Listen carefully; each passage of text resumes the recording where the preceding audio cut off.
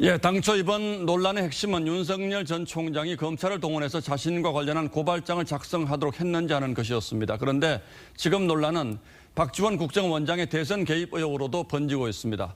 작년 4월 고발장이 작성됐다는 시점도 선거를 앞둔 시점이었고 이번 역시 마찬가지입니다. 그리고 양쪽 의혹에 다 걸쳐 있는 인물이 조성은이라는 사람입니다. 조 씨를 단순한 제보자로만 볼 수 없는 이유는 이미 여러 차례 보도해 드렸는데 오늘은 윤석열 전 후보와의 관계를 집중적으로 따져보도록 하겠습니다. 정치부 김정우 기자가 나와 있습니다. 자, 김 기자 어서 오십시오. 자, 조성은 씨는 언론과의 인터뷰에서 자신이 제보를 한 것이 아니고 기자와 대화를 하다가 사고로 이 내용을 노출한 것이고 그것이 보도가 됐다. 이제 이렇게 주장을 했는데 그 다음에 박지원 국정원장 만난 사실이 이제 확인이 됐고 또 오늘은 이 당시 상황을 전후해서 윤 총장의 부인인 김건희 씨와 뉴스버스의 통화 내용에 관심을 가졌다. 이런 정황이 지금 확인이 됐잖아요. 그 녹취록을 그래서 입수해 봤다는 겁니까? 그래서 저희가 그 조성은 씨 그리고 뉴스버스의 그 전모 기자 그리고 조 씨로부터 이런 내용을 전해 들었다는 전직 의원 이렇게 모두 통화를 해봤습니다만 예.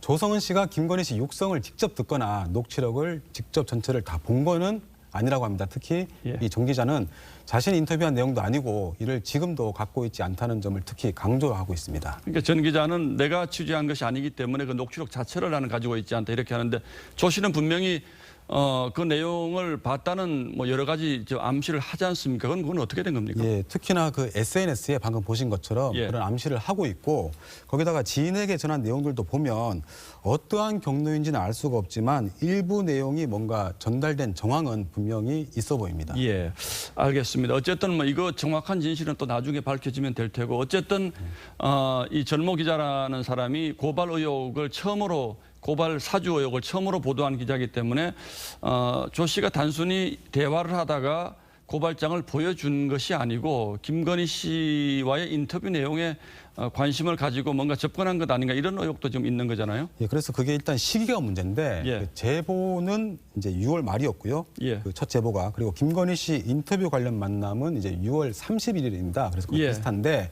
조 씨는 지난 2월엔 그 박지원 국정원장 공관을 방문했고요. 예. 그리고 8월 11일경엔 그 호텔 식당에서 오찬을 함께했는데 예. 윤 후보 측은 이 만남들의 연관성을 지금 의심하고 있습니다. 예. 다만 제보자 조 씨는 각각의 만남은 이제 별개라는 입장이고 박 원장은 윤 후보와 친한 사이로 알고 있었기 때문에 예. 관련 대화는 하지 않았다 이렇게 이야기를 하고 있습니다. 자, 그런데 뉴스버스가 이제 김건희 씨와의 통화 내용을 단독 보도라고 해서 보도를 했는데 물론 녹취를 다 보도한 건 아니고 일부를 발췌해서 했을 텐데 조 씨가 이 녹취 내용에 그럼 관심을 가진 이유는 뭐라고 지금 보고 있습니까? 일단 조 씨 설명에 따르면 대화 중에 자연스럽게 언급됐다 이렇게 얘기를 하고 있습니다. 예. 하지만 하필 그 시점에 이런 내용에 대해서 전해 들었다거나 관련 언급을 SNS에 하는 자체가 그리 자연스러워 보이지 않는다는 지적도 있습니다. 조 씨는 어쨌든 뭐 정치권에 몸을 오랫동안 담았던 사람이잖아요. 윤석열 후보에 대해서는 어떤 감정을 가진 사람으로 보입니까? 일단 2019년까지는 스스로 팬이라고 할 정도로 이렇게 열심히 응원을 했습니다. 예. 그런데 지난 6월부터 공개적인 비판을 쏟아내기 시작했는데 뭐 장모 사건 그리고 김건희 씨 학력 논란 그리고 윤 후보의 실언 논란 등에 대해서 글 수십 건을 올리면서 8월 말까지 이렇게 비판을 이어갔습니다.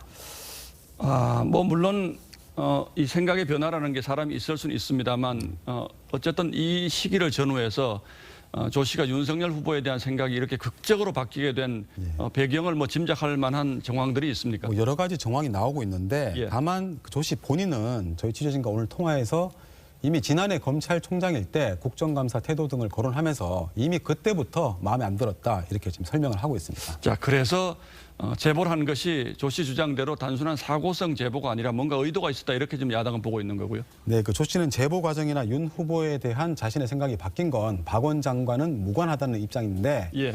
박 원장이 갑자기 또 윤우진 전 용산세무서장 문제와 관련한 자료를 다 갖고 있다 이러면서 윤석열 후보를 정면 겨냥했습니다. 그러자 윤 후보 측은 그 자료를 다 공개하라 이러면서 이런 발언이야말로 정치적 중립을 벌인 거라고 반발하고 있습니다. 예.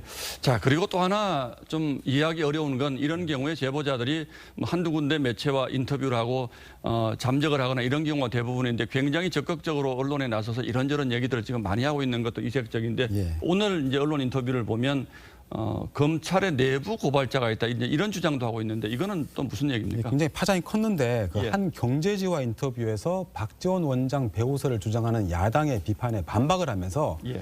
내부 고발자가 있다는 생각은 안 하냐. 그리고 제3의 성명불상의 인사가 있다. 이런 주장을 했습니다.